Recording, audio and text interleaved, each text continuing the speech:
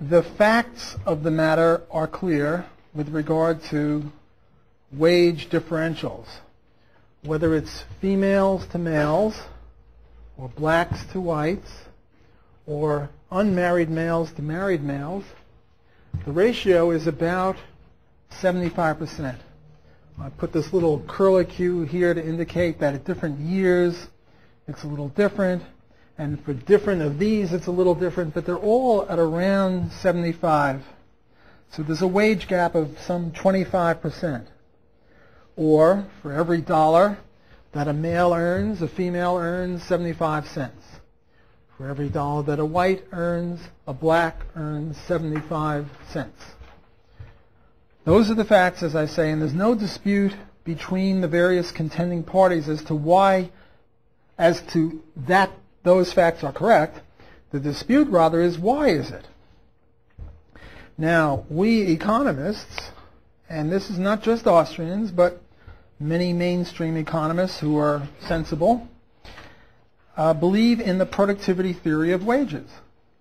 Marginal revenue product, über alles, that's the key. And if we believe in that, then we must believe that the productivity of the people at the top of the fraction here is 3/4 of the productivity of the people at the bottom. On the other hand, the critics of the market believe that the free enterprise system is guilty of, everything from bad breath to athlete's foot, and also for racial and sexual discrimination. Here is a depiction of the way the feminists see the pay gap. There's a boy baby and a girl baby, and they're each looking down in their diapers, and they say, aha, that explains the wage gap. That's probably the best way to characterize and summarize what the feminists think. Now, to establish these facts, here are some complaints that are just part and parcel of these fractions. For example, women with a university degree earn just $1,600 more a year than men with only a high school education. Working women who graduated from university earn just $4,000 more than men with less than grade 9 schooling. Female university graduates earn about 1/3 less than male graduates. It should be 1/4 less, but as I say, this varies from country to country and time to time, and also whether you hold other things constant, like education or geography or what have you. On the basis of these statistics, a typical feminist commentator said, jobs held by women are valued less than those held by men, which accounts for the wage gap. To put this into supply and demand, which feminist economists, and there are many such, would do, they would say that here is the supply and demand, here's quantity of labor, here is wage, and this is the demand which equals marginal revenue product. But the demand curve for, let's say, females would be less. This is the demand for females because of racial prejudice. And it would be the same whether it's females or blacks. In other words, here is $1, here is 3/4 of a dollar. For every dollar a man earns, the woman earns 3/4 of a dollar. According to them, this is an obvious inequity. It cries out to the heavens for redress. Seemingly, the statistics speak for themselves. And when they speak in terms of injustice, and that we have to come up with some way of redressing this, and the best way to redress it, I won't use this anymore, so I'll just pull this out of the way. The best way to redress this problem is government, put males in jail, put whites in jail, pass a law, whatever, some sort of theme and variation on that. Okay, So we have the two hypotheses. One, it's employer discrimination. The idea here is that most businesses are run by males. Most businesses are run by whites. White males hate blacks and females. Not typical of the experience I've had. Most white males like white females, but what do I know? I'm just an inveterate sexist, so I can't speak on this. Okay, now the unequal productivity theory says that female productivity is lower than male productivity, and many people interpret this to say, well, this means that females are inferior. But it doesn't really mean that females are inferior. Rather, there is this thing called the marital asymmetry hypothesis. It says that the reason females earn less than males is not because they have any intrinsic inferiority. It's rather because there's an unequal division of housework, homework, child rearing, shopping, cleaning, cooking, things like that, where females do a gigantically disproportionate amount of these kinds of jobs, and therefore they have less productivity in the market. Which sort of makes sense. It's common sense that if you're going to be a great concert violinist, this means you're going to practice the violin, 6, 8, 10 hours a day? Well, what kind of tennis player are you going to be? You're not going to be a world-class tennis player, because world-class tennis players also play 6, 10, 8 hours a day, and you can't do both. And you're not going to be a good economist. In other words, this is just the doctrine of alternative or opportunity costs. If you specialize in this, by definition, you can't be a world-class leading expert in that. If you specialize in child rearing and house cleaning and shopping and running errands and doing those things, you're not going to be good at market activities, or at least you're not going to be as good as you would otherwise have been had you not specialized in those things in the first place. Think of two people lining up to run a mile race. And it's a man and a woman. And right before the race, the people in charge come up with this little pack weighing 50 pounds, and they put it on the woman's back, and then they say, okay, ready, set, go, and they shoot the gun, and they run off. Well, of course, even if they're equal athletes in other ways, the woman is going to lose because she's got a 50-pound sack on her, and the 50-pound sack on her consists of unequal housekeeping responsibilities. There's a typical story, the husband and the wife. They both work, they're both PhD chemists, they work in a chemistry lab, and they come home, and what does the husband say to the wife? What's for dinner, dear? You forgot the dear. What's for dinner? But the idea is they've both been working 9 to 5 in a chemistry lab, and now all of a sudden she's making the dinner. Why shouldn't she turn around and say to him, or every other day, or whatever? Let me take a little survey here, and don't lie as you usually lie. Tell the truth this time. I'm going to give you a choice. I'm going to give you 3 votes. If you're married, then give me the answer based on your own marriage. If you're not married, give me the answer based on the marriage with which you're most intimately familiar, with which I assume is your parents' marriage. And there are 3 choices with regard to housework and homework and cleaning and baby care and who gets up at 3 in the morning to feed the baby and stuff like that. Here is the first choice. The husband does more than the wife. Raise your hand if that's true, you liars. The second one, the husband and the wife have equal share of homework, housekeeping, child rearing, stuff. Bunch of liars here. Got about, 15 people. Raise your hand again. Maybe 15. Now, for the truth tellers, raise your hand if it's true that the wife does more than the husband. Okay, we have a majority here, call it 50. I don't know how, I'm not counting. I assume there are maybe 65 people in the room. This is the usual thing that I get, although it's usually maybe 5 and 60. Here it's a little bit off, but this is just anecdotal. This is just 65 people. It's a very small sample. What I'm now going to do is look at some sociological reports. Now, I don't have much respect for sociologists, but that's mainly on their theory. but they, I think, are good reporters of empirical sociological data. Here's something, quoting a sociologist in Newsweek. Experts say that the toughest occupation may still be that of working mom. Many women who are bringing home the bacon are still expected to fry and serve it too. There are relatively few couples where child care and domestic work are truly shared, says somebody, a psychologist at the Manager Clinic.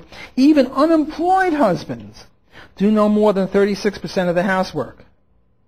Unemployed husbands, I'm assuming both employed. Now that's a study in high stress and high shame, unquote. Here's another quote. Two sociologists, to their surprise, the sociologists discovered that the social and economic gains won by so many American women during the past decade have had remarkably little impact on the traditional gender roles assumed by the more than 3,600 married couples in their study. So this is not anecdotal. This is more a big sample. Although 60% of the wives had jobs, only about 30% of the husbands believed that both spouses should work, and only 39% of the wives thought so. No matter how large their paycheck, the working wives were still almost entirely responsible for the couple's housework. Husbands so hated housework, the researcher found, that wives who asked them to help out could sometimes sour the marriage. I remember when my kids were born, and I was offering to help my wife with the baby formula, and she sort of gave me the elbow, get out. You know, she doesn't want me within a mile of those kids. I think, it's sort of like, these cartoons where the daddy wolf tries to eat the baby wolves. That's the way my wife was treating me, like I was going to eat the kids, She wanted no part of me anywhere near those kids. Those kids were hers, and this is not untypical. Women have a much more deep appreciation or kinship or something with kids than men do. On average, there are always a few exceptions, 1 or 2% are an exception, but by and large, women are so much more into child rearing than our husbands. I think that I speak for virtually all people that have had experience in this. One last, I won't read you the whole thing. I'll just read you a newspaper headline. Home status for career women same, even if pay high, study says. Even if they earn a great deal more than their husbands, they still assume most of the responsibilities for child care too. Okay? So I'm trying to demonstrate that it's not that this theory, the theory of marital asymmetry, doesn't say that women are somehow inferior or stupid or unproductive or anything. It just says that they're so heavily involved in child rearing and housekeeping and things like that, and their energy is so focused on that they don't get involved in these other things, and therefore their productivity in these other things is much less. Look, if you have a PhD in physics and you have 3 kids aged 3 years apart, and you don't work, or you work much less from the time the first kid is born until the last kid is in school, say the youngest kid is now 6 years old, it's been, 15, 18 years that you really haven't been involved in your profession? Is it any wonder that when you come back you're going to be earning less than your husband, who all during these years has been heavily involved in physics, and physics is a very changeable subject? You sort of blink and things change, which is why a lot of women who want to have children don't go into physics or chemistry or computers or things like that, but rather go into things where their human capital will not obsolesce, like nursing, like library, like being a secretary, or pink-collar ghetto, so-called. It's just a rational response to economic realities, and only, an ostrich would put his head in the sand and not look at these economic realities. Okay, now you can't use the marital asymmetry hypothesis in the case of blacks, obviously, but yet if this theory is supposed to be true, and I think it is, we have an alternative hypothesis for the fact that black productivity is lower than white productivity. And now you have 2 theories, and I as an economist don't make any attempt to know which is true. I just mention them both. Both sides agree, or both sides explain this in a reasonable way. One side is the IQ people, the Charles Murray, Richard Herrnstein, Shockley, Jensen, Levin, and Rushton, who say that black IQ is lower than white IQ, and that could account for lower productivity. The alternative view is that it's the vestiges of slavery, discrimination, lower education, Jim Crow, all sorts of things like that. But no matter which way you go, the bottom line for both sides is that blacks have lower productivity than whites, and if so, then that would account for lower wages, because wages are dependent upon productivity or marginal revenue productivity, to be more technical. To get back to the male-female, not only are females less productive, but they're less highly motivated in the job arena because their heart is at home. So there have been various sociological studies of promotion-seeking behavior in various corporations, and females are much less highly motivated to get a raise because a raise usually means more responsibility. And married men are the most assertive, or the most interested, the most ambitious. Then comes non-married men, and then comes non-married women, and married women are the least interested in getting a promotion. Then, too, there's the question of occupational primacy. Suppose a couple are living in Auburn, and they're each making the same amount of money as pharmacists, whatever. And the husband gets a job offer in San Francisco where he can get double the salary he's getting, but the wife will just have to take what she can get. That's scenario one. Scenario two is the wife gets this great job offer in San Francisco, and the husband is going to just have to take whatever he can get, be a waiter or something. Now, under which circumstances are they more likely to move? Obviously, if the husband gets the promotion, because maybe the couple is 28 years old and they're going to have babies, and the wife isn't that interested in the job anyway. So it's rational from the couple's point of view, from the point of view of maximizing the family income, to move geographically where the husband can enhance his income, not the wife hers. Well, if this sort of behavior occurs, even if it's equal productivity, the male is going to have an advantage, and it's not equal productivity in the first place. Okay. Let me try a new thing on you good people. Let me try to depict how the hypothesis that it is sexual discrimination works out. So here we have a male, and here we have a female, and here we have wage, and here we have productivity. And what the feminists are trying to tell us is that productivity is the same. They don't swallow any of this nonsense that I've been doing. Productivity is the same, and it's $10 for each. Wages, on the other hand, here are 10, and for the women, it's $7.50. That's the model that they are asking us to believe in, is it not? Right? I'm just summarizing what the feminists would say. They would say, don't give me this hooey about unequal productivity. Men and women are equal. They have the same productivity, so okay, I give them the same productivity. Men make $10 an hour. Women make only $7.50. Well, now let's do a little profit analysis. Profit equals productivity minus the wage. For the males, and this is equilibrium, the productivity is 10. The wage is 10. So you earn zero profit on hiring a man, which is fine. That's an equilibrium situation. That's okay. But for the female, the productivity is 10. The wage is $7.50. Therefore, you're making $2.50 on a woman every hour you've got her. Is this an equilibrium situation? Is this a stable situation? Is this a situation that's likely to endure for more than a second? No. Because it's as if a woman has a little lapel sign right here saying, hire me, you make an extra $2.50 per hour. Now, suppose there was some male chauvinist pig employers who say, oh, no, women belong in the kitchen, barefoot, pregnant, whatever. We can't hire a woman. Women are evil, they'll distract men, whatever. We can't have women. We're only going to hire men. Well, what's going to happen to such a person? going to go broke.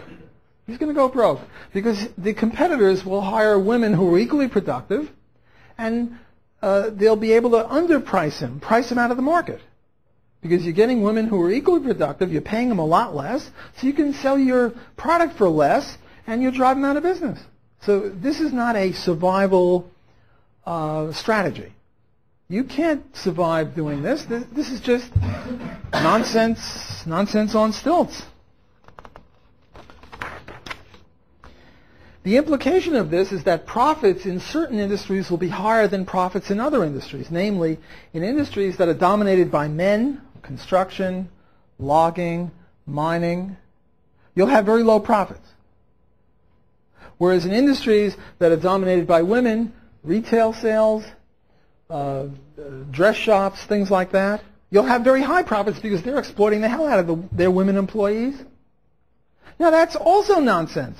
You can't have profits being different in different industries. Because if profits are very low in mining and forestry and construction and very high in other areas, where will capital flow? It'll flow out of the areas of low profit and into the areas of high profit. But as it flows out of these areas, profits will rise. And as it flows into these areas, profits will fall until it's about the same. Look, I tell you that the elephant has one baby every 2 years. The cow has a baby every year.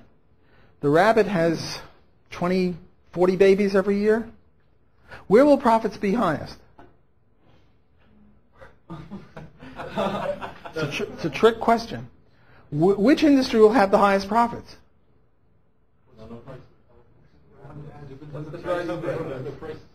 Don't bug me with silly questions. The right answer is that in equilibrium, profits will be the same. Because if profits were different in any of these industries, like if rabbits were the most profitable and cows were intermediate profitable and elephants were the least profitable, capital would move around until they were equal. So you don't go by how many babies the animal has, right? The answer to where will profits be in different industries, assuming equal risk. I mean, Broadway shows the profits might be a little higher because, or drilling oil wells might be a little higher to induce capital in there. But profits have to be equal in every area in equilibrium, and in the real world, they always have to tend in that direction. So you can't have a system, a situation where systematically certain industries that employ more women are very profitable and others that employ more men are very unprofitable. It's just not economically sensible. So what I'm trying to say is that the logic, just pure economic logic, mitigates against this crazy theory. Now, if the women's lib people had their ways, well, let me start with something else. To anticipate equal pay for equal work, suppose the following. Suppose the wages were the same, but the productivity is as I say it is, namely it's only $7.50 here. Now what will happen? Unemployed women. Because now you're telling the employer you have to pay these women $10 an hour and they're only worth $7.50. Now all of a sudden they have a different lapel sign. Now it says, "Hire me, you moron." And you lose $2.50 an hour. Who's going to hire a woman? Remember we saw in my other lecture that teenagers had a much higher unemployment rate than adults? Well, right now, male and female unemployment is indistinguishable. Okay, 1 year it's a point higher this way, a point lower that way. It doesn't matter. It's about the same. You do this, all of a sudden women are going to have a hard time getting a job because they will have been priced out of the market. And then the feminists will have even more ammunition to say, see, capitalism is evil because, women can't get a job, employers don't want to hire women. Let's try something with haircuts. Here is the price charged, and here are the costs of giving a haircut for men and women. And I'm going to assume that it costs more to cut a woman's hair because they've got more of it and they're fussier. Wait, got it backwards.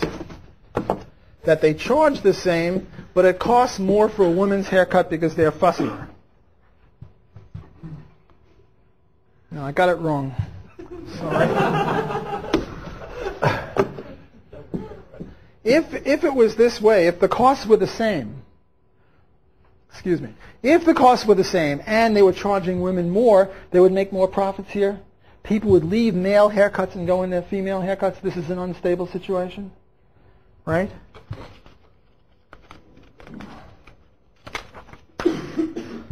On the other hand, if the price charged were the same, but it costs more to do a female haircut, then everyone would move the other way around. So probably the situation, the stable situation would be this. The reason women have to pay more for a haircut than men is not because that discrimination, racial discrimination, whether in employment or in haircuts or in anything else, is there. It's rather because there are higher costs. You want to pay more, rather you want to have more costs, then you pay more. It's the same thing with, I'm an average person. I weigh 180, I'm 5'8". I can get off-the-rack clothing. My shoe size is 9.5. But suppose somebody is either a midget or a giant, right? And they want adult kind of clothing. Well, they have to pay much more because it costs more to make a suit of clothes for Shaquille O'Neal than other people. I mean, he's got shoes that are size 23 or size 30 or whatever, and he's 350 pounds and he's 7'3". For him to get a suit, it costs more, even apart from the fact that he uses up more cloth, because you have to tailor make it, and it costs more. So that's why he has to pay more in the market, not because there's some sort of racial discrimination. Yeah? Yeah, well, what if instead of, like charging by size, charge by adult and child? And say you're an adult who has the size of a child. It's sort of like, because if a man has a bunch of long hair, there's no point in charging $10. It's going to cost you $30 to cut his hair. Well, sometimes it doesn't pay to discriminate. Like I have to pay the full price, even though I should pay. If there were any justice, I wouldn't. But the reason, if they started doing this, they'd say, well, let's see, his hair is 1/3 of the head has got hair, and now someone's got 2/3, and there'd be animosity. So you just get charged the same no matter how much hair you have. So the market can't adjust when it's not that important. But when it is important, like if it's a car or something like that, then it would take, since there's so much more money to be made, then you could be more particular. Here you just sort of one size fits all kind of a thing. Okay, so much for the pure logic of it. Some people are convinced by the logic and that's all they need. Other people are convinced by empirical data. And Austrians are not above using empirical data when it will help, and I'm certainly going to do that, and I hope I don't get struck off the list. I don't think I will, because this is not testing hypotheses, it's illustrating hypotheses. Okay, so look, if the marital asymmetry hypothesis is correct, it ought to have certain empirical implications. Namely, if we have female to male wages for all, or total, or all, the ratio is 0.75. Fine. But if we break down the universe into samples, and we do it by marital status, we ought to have very different results. For example, if we do it by ever married means widowed, divorced, separated, married. In other words, if you've ever been touched by the institution of marriage, you're ever married. Right?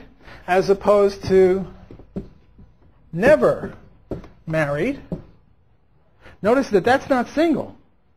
See, single is, what's the word, complex. It's unclear which category single goes into.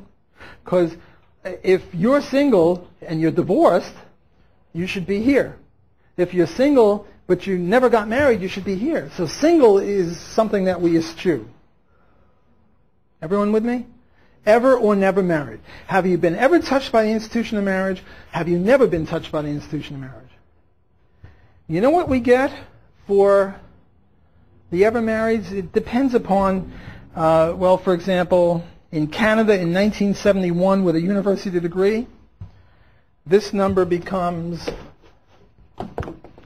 61%, this number becomes 56%, and this number becomes 109.8. Do you see what's happening here?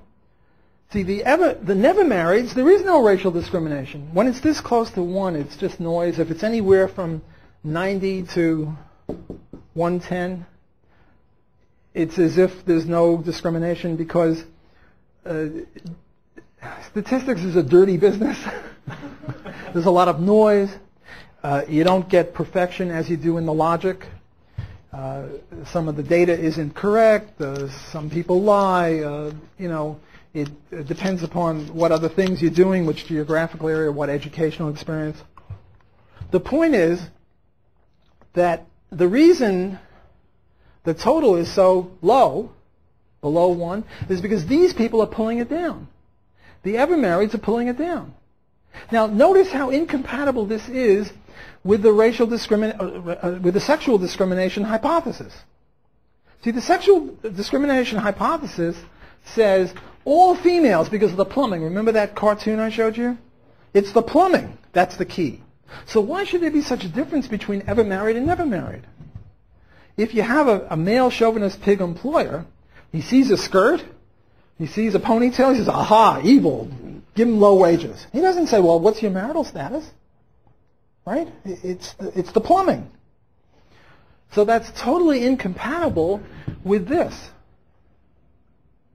Other data, for example, Canada in 1982 with a high school degree. This was 93, this was 60, 63, and this was 67.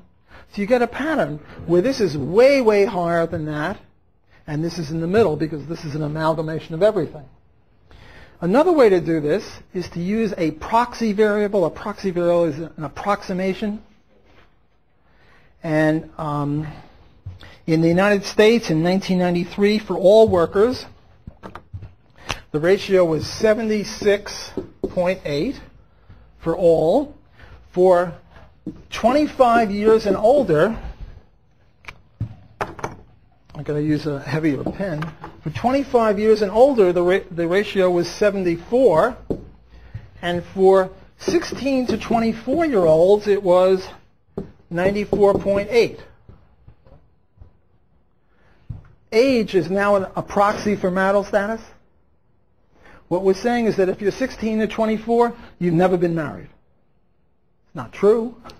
There are some people who've been married at under 24, and it's true that some people 25 and above have never been married.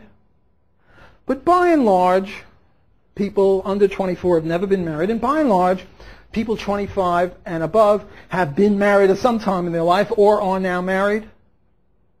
And look at this gigantic difference between female to male wages. Why would it be so high here? And when it's 95%, there's no discrimination? Because it's very close to 1. Why would there be no discrimination here, and yet there would be here? It's totally inexplicable if you believe in the discrimination hypothesis. On the other hand, if you believe in the productivity hypothesis, it's very explicable. Because the marital asymmetry hypothesis explains it beautifully. Okay. What else do we have here? Nor is this a temporary effect.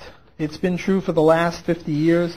I don't have my whatchamacallit here, but here I have female to male wage ratio, and here is all, and here is ever married, and here is never married.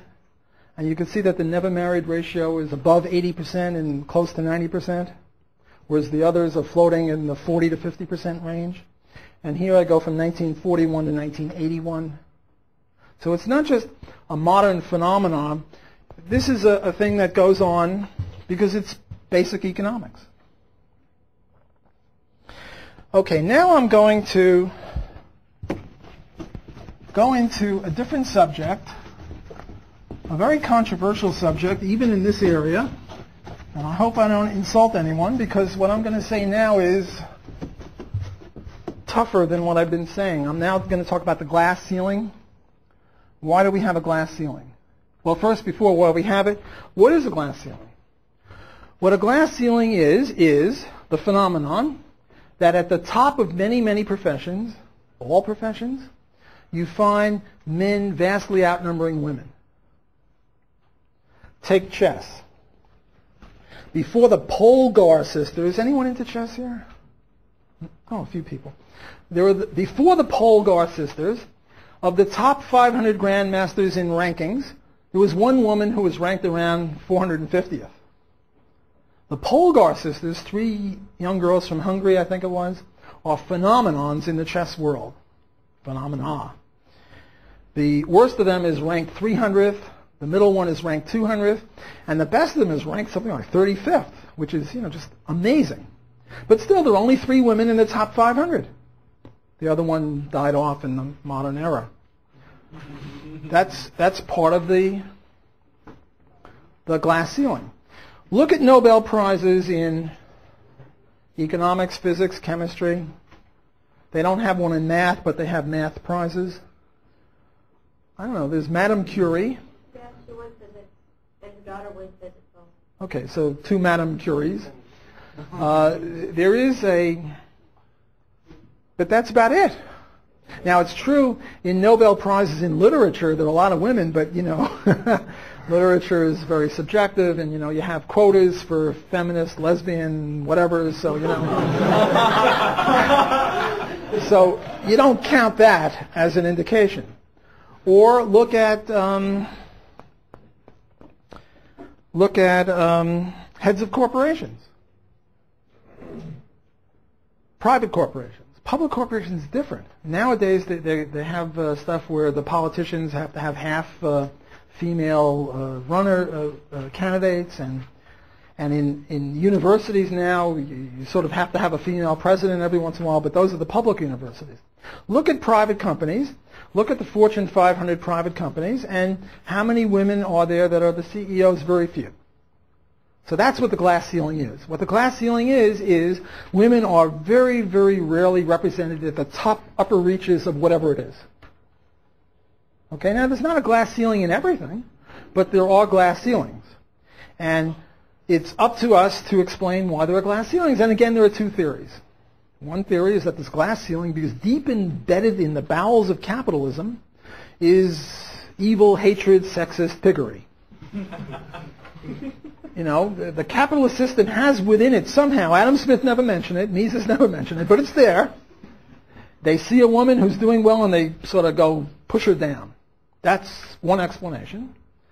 The other explanation, and here's where it gets a little challenging, has got to do with the bell curve for IQ. And here is males.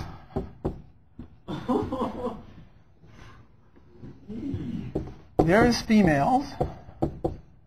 Here is IQ. Here is frequency. I'm drawing this in a very, very exaggerated way. I'm drawing it in such a way that the mean intelligence or ability, it's not just IQ, but all sorts of ability.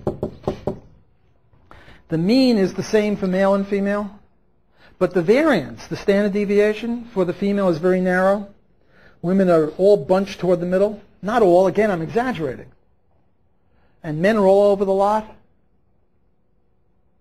Look, I don't mean to be insulting, but I'm a social scientist and I'm trying to account for a phenomenon, the glass ceiling, and here is a hypothesis, and it's my obligation to mention it as a hypothesis because we're trying to do intellectual stuff and let the chips fall where they may. Look, I have a daughter who's getting a PhD in neuroscience, and she explains to me what it is, and I don't know what it is. She's very bright. In high school and in college, she used to whip the nerd boys in physics and math and chemistry, but she's an outlier. I don't know if she'll win the Nobel Prize and whatever. She might, and if she does, she'll be a Madame Curie, but there'll be very few like her. Most of her girlfriends weren't whipping the nerd boys. And, I sort of feel bad. I'd like it not to be that way, but We're not talking about what I'd like. We're trying to explain a social science fact of the glass ceiling, and I'm doing my best to explain it.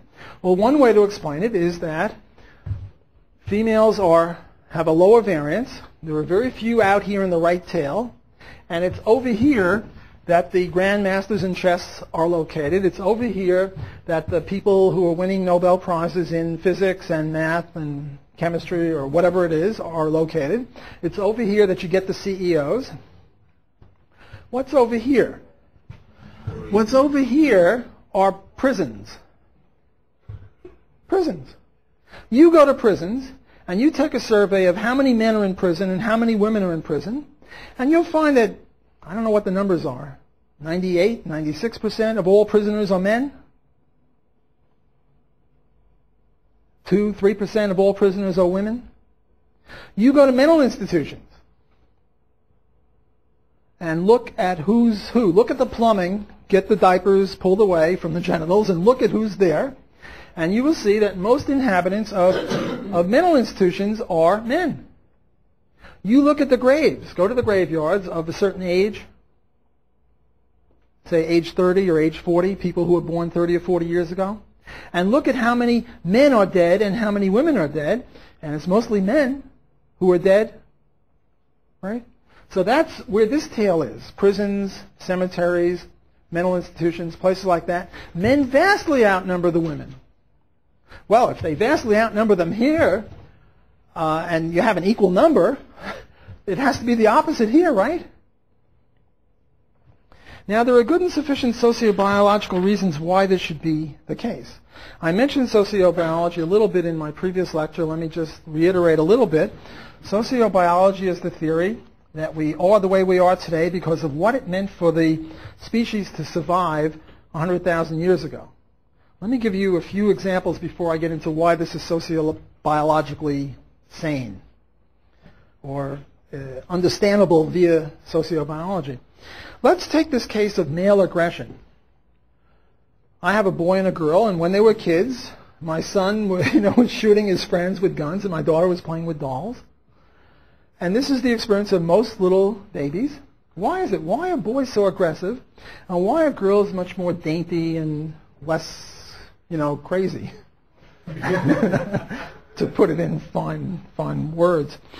Well, suppose that there were two tribes of human beings living 100,000 years ago, and one was the tribe of patriarchs.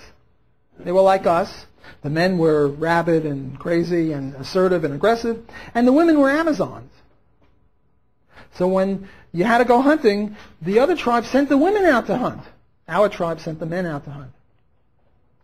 When the saber-toothed lion or the tiger or the bear came a knocking on the cave wall and said, "Come on, you guys want to fight?"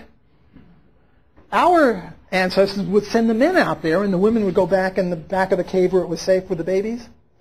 In this other tribe, the women would go out and confront the aggressing bears or lions or what have you. We have a name for that other tribe. It's called extinct. They never made it. I'm only making a hypothetical one despite the feminist tales of, some Amazon somewhere. This is nonsense. Look, the farmer has 1 bull and 50 cows. Why doesn't the farmer have 50 bulls and 1 cow? Because 49 of the bulls would be superfluous. Right? This is biology here. Germany and Russia fought a vicious war in World War II.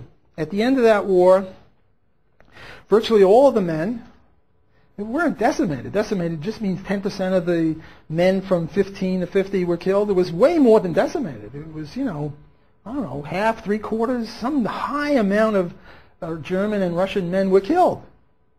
The next generation, it's as if those guys never were missing because the people who were left were sufficient to impregnate any woman who wanted to get impregnated. Imagine if the war were fought the other way by the women. Suppose the men stayed at home and the German women and the Russian women got it on and they kicked the hell out of each other, and at the end of the war there were virtually no women aged 15 to 35 or whatever the ages are. There would have been no next generation. So men are superfluous. All you need is a few, right?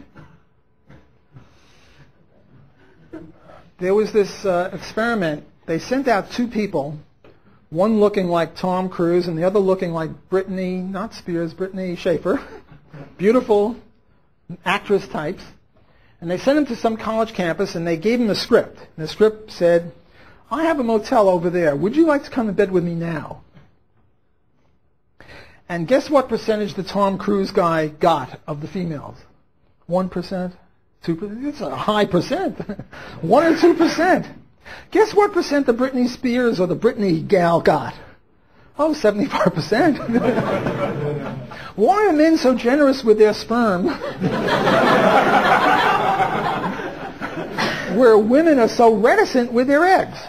Well, supply and demand, of course, supply and demand. How many eggs does a woman have? Well, started at, I don't know, age 13 and goes up to age 40. I'm not sure the time. 12 a year. What's that? 12 times, I don't know, a couple of hundred. And many of them are superfluous because if you get pregnant, you lose 9 of them. Well, how many sperm do men have? Lots. So, it's I wouldn't go that far. I wouldn't say it's not an economic good, but there are many more of them. Suppose it were reversed. Suppose that women were, what's the word, promiscuous, like men are here. Suppose we had this other tribe where women were indiscriminate and men were very coy. Well, you're not going to have much of a population. You're going to go extinct that way because of the farmer and, one bull and 50 cows and not the other way around. Okay, let's get, so in other words, men are God's crapshoot, right? When God made men, he made some real good ones and he made some real lousy ones. Cannon fodder over here.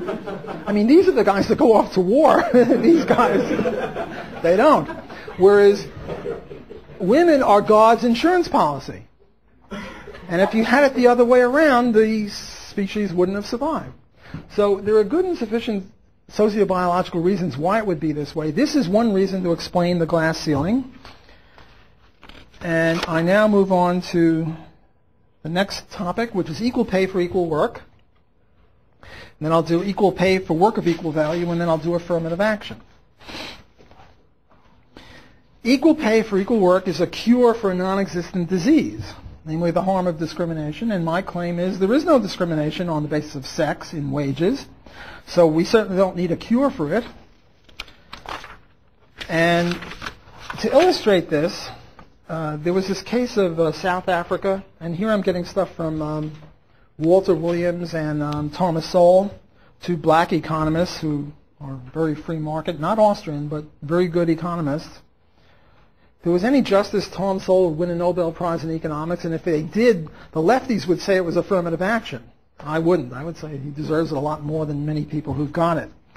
Well, in any case, what happened was that in South Africa during the apartheid regime, there were things called job reservation laws. It means that a black couldn't get the job of chief dynamiter in a mine. He could only get the job of assistant. He couldn't be the chief of anything. He could only be the assistant. There were certain jobs that were reserved for whites. Then what happened is the apartheid regime got cautious and they didn't want to have this anymore. And also the white racist unions weren't too happy with this because what was happening is that the companies were basing their awards of what they would do is if they got a particularly good black dynamiter, they couldn't call him the chief dynamiter, but they could give him the chief dynamiting job and the money, and the white unions didn't like this. In other words, the job reservation laws were being undermined by the profit motive. Namely, the employers didn't care, white, black, blue, they just wanted green. They were in favor of green. So what happened is that the white racist unions came up with this magnificent idea. It was called equal pay for equal work. What they said is that whites and blacks have to be paid the same. And since white productivity was higher than black productivity, this priced blacks out of the market.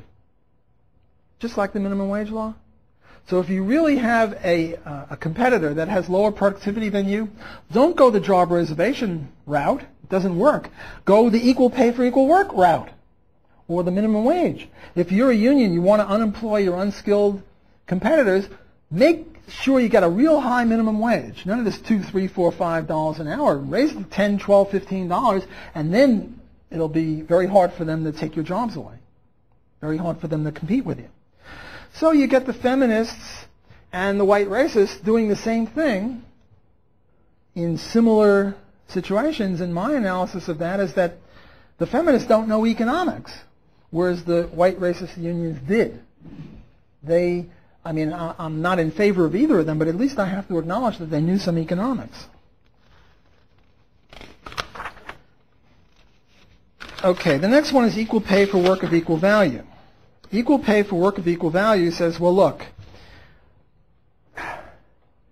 we don't want to just have equal pay for men and women because the people in the male industries like logging and mining and construction and making cement and making steel, they make more money than nurses and librarians and school teachers. Even if the female logger is making the same as the male logger and the female secretary is making the same as the male secretary, that's not good enough. We have to say that nursing should be the equivalent of logging, or that steel working should be the equivalent of librarianship. Namely, jobs have intrinsic worth. And here's where you get the Marxist element. We Austrians say, jobs don't have any intrinsic worth. It depends upon the evaluation of evaluators. Right now, dentists make good money, but if someone cures tooth decay, then the dentists aren't going to be making good money, despite they'll have the same skill, effort, responsibility, and working conditions. Those were the four criteria of the equal pay for work of equal value people. Skill, effort, responsibility, and working conditions. There's this guy, Mike Levin, who has this magnificent counterexample. He says, look, suppose I shoot an arrow up into the air, and as it comes down, I grab it with my teeth. It's a job, don't knock it. So you've tried it. Does this take great skill? Yeah. Does this take effort? Yeah. Responsibility? Yeah, you can get hurt. Working conditions are lousy. The arrow might go through your ear, and then you're in trouble. Well, what does this job pay now? Doesn't pay anything. He just made it up. So this is a counterexample to the idea that skill, effort, responsibility, and working conditions should set wages. Rather, wages should be set by productivity in the eyes of consumers. And if you set it in this way, then what you have, here let me read you a quote. Vast discrepancies occur in the job scores for 3 states. 3 states have adopted this stuff. In Minnesota, for example, a registered nurse, a chemist, and a social worker all have equal values and would all be paid the same. However, Iowa's study finds the nurse worth 29% more than the social worker, who in turn is worth 11% more than the chemist. While the chemist also receives the lowest point score of the 3 positions in the Vermont study, the social worker and nurse reverse rankings. The social worker is valued 10% more than the nurse, who is 10% more than the chemist. The point is that this is arbitrary and capricious. If you're going to give points for various professions based on your subjective evaluation of skill, effort, responsibility, and working conditions, of course you're going to get different results. That's no way to run a railroad. Okay, the last thing I want to address you on is affirmative action. Now, affirmative action is based on the principle that absent discrimination, absent capitalist evil, whatever, all races and sexes and ethnic groups would be distributed among all jobs equally. And any time there is any difference, it's due to racial discrimination. Now, what the advocates of racial discrimination like to bring up is, well, doctors, there are very few black doctors, and there are very few Jewish garbage men and stuff like that, and this is all due to racial discrimination or ethnic discrimination. Thomas Sowell is one of my main people who counters this, and what he does is he studies various ethnic groups, and he finds that different ethnic groups do the same things in whatever country they're in. For example, Italians. They go to Argentina, they make leather. They go to the U.S., they make leather. They're in leather goods. They go to Australia, they do leather. Germans, beer. Irish and Scotch, distilling spirits. Jews, garments, accounting, law, medicine. Blacks, athletics, music. Icelandic people and Norwegian people fish, no matter where they go. So the fishing industry is going to be dominated by Icelandics and Norwegians no matter where they are, and this is hardly due to discrimination, Thomas Sowell tells us, and I think he tells us this accurately and eloquently. So affirmative action is weird. It's interesting that the advocates of this never say, well, look, the NBA, the National Basketball Association, has got, what, 90% blacks? 80%? Not 99. There are a few whites in there. Say 95% blacks. Blacks are 13% of the overall population. So what we ought to do is kick out virtually all the blacks, and where are the fat little Jews there? I mean, I can't be represented unless I see someone who looks like me in the NBA. I want to see a little fat Jew working in the NBA, and they don't have them, and it's obviously racial discrimination. You know, it's just crazy. I think there are 2 or 3 Orientals in there. There's this one guy, about 9 feet tall, Yao Ming. But you know, there are only 2 or 3 Orientals in the NBA, and the overall population has got way more than that proportion. So obviously, they're discriminating against Orientals. Nonsense. They're discriminating in the favor of green. If there were a short, fat little Jew who could play ball, he would be in there. And actually, there are short people. There's some guy, Muggsy Bogues, who was like 5'4". 5'4", I tower over him. And he was in there, so they don't go by height. I mean, he could play ball, right?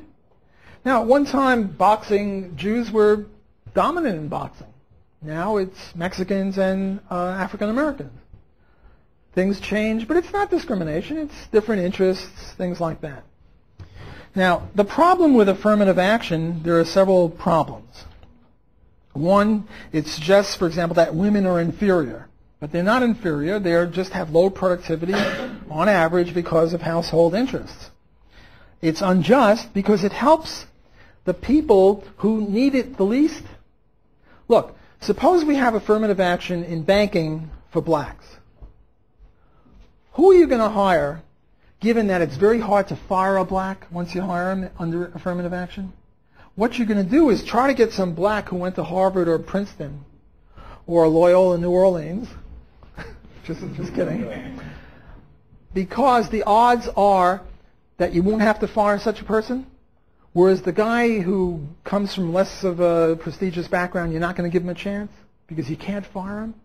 So what does that do to the demand curve for the black at Harvard? The black at Harvard, what it does is it increases the demand for him, the one who needs it the least. And what does it do for some black who's not at Harvard? It pushes it the other way. So it has the exact opposite effects of the effects that you'd think it'd have, or the effects that the people who advocate it would want it to have, presumably. Namely, it helps those supposedly disadvantaged people who need it least. It also harms women or blacks who have made it on their own. I remember when it first started that blacks were now going to be taken into law school with lower degrees. Do you know what happened? People stopped going to black doctors who had gotten their degrees years before without affirmative action. You get that? In other words, it would have been reasonable sort of to boycott black doctors who came through that process, but the problem is you can't tell who's who. So you just boycott all black doctors who made it on their own legitimately. Well, you know, that's a problem. It harms unqualified minority by placing people beyond their competence. You get a divergence of 200 or 300 SAT points at some of the most prestigious universities between white or Oriental on the one hand and black or Hispanic on the other hand. And you can't get them in there and then fail them all out. I remember one time I had a young black student at a school I taught at, and we were doing elasticity, and we came up with something like this, 1 over 0.5. And I said, well, how do we solve that? She couldn't do it.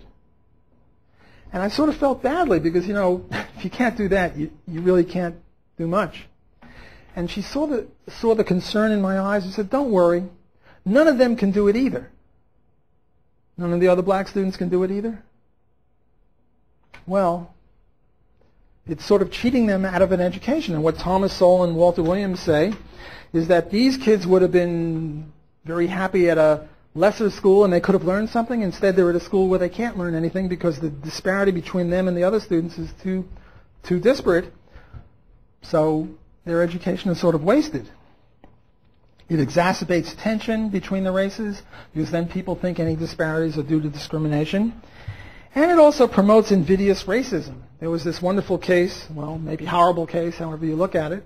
There were these two guys. They had blonde hair and blue eyes.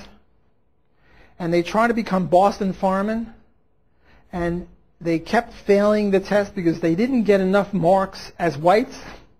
But had they been black, they would have passed because you had a lower criteria for black firemen than white firemen due to affirmative action. So the next year they came in, and where it says race, they checked off black. Two guys, blonde hair, blue eyes, they checked off black. Well, now what do? There's only one country that had any expertise in dealing with that, and that was South Africa under the apartheid regime, where I don't know, what do? You look under the nose or in the eyes or something, or ask them to open their mouths and see if they're really white or black. I mean, the whole thing is silly. And yet it invites this sort of thing. So in conclusion, I say that the market is not intrinsically racist. The market is non-racist, non-sexist, and the reason we have these divergences are for other reasons. Thanks for your attention.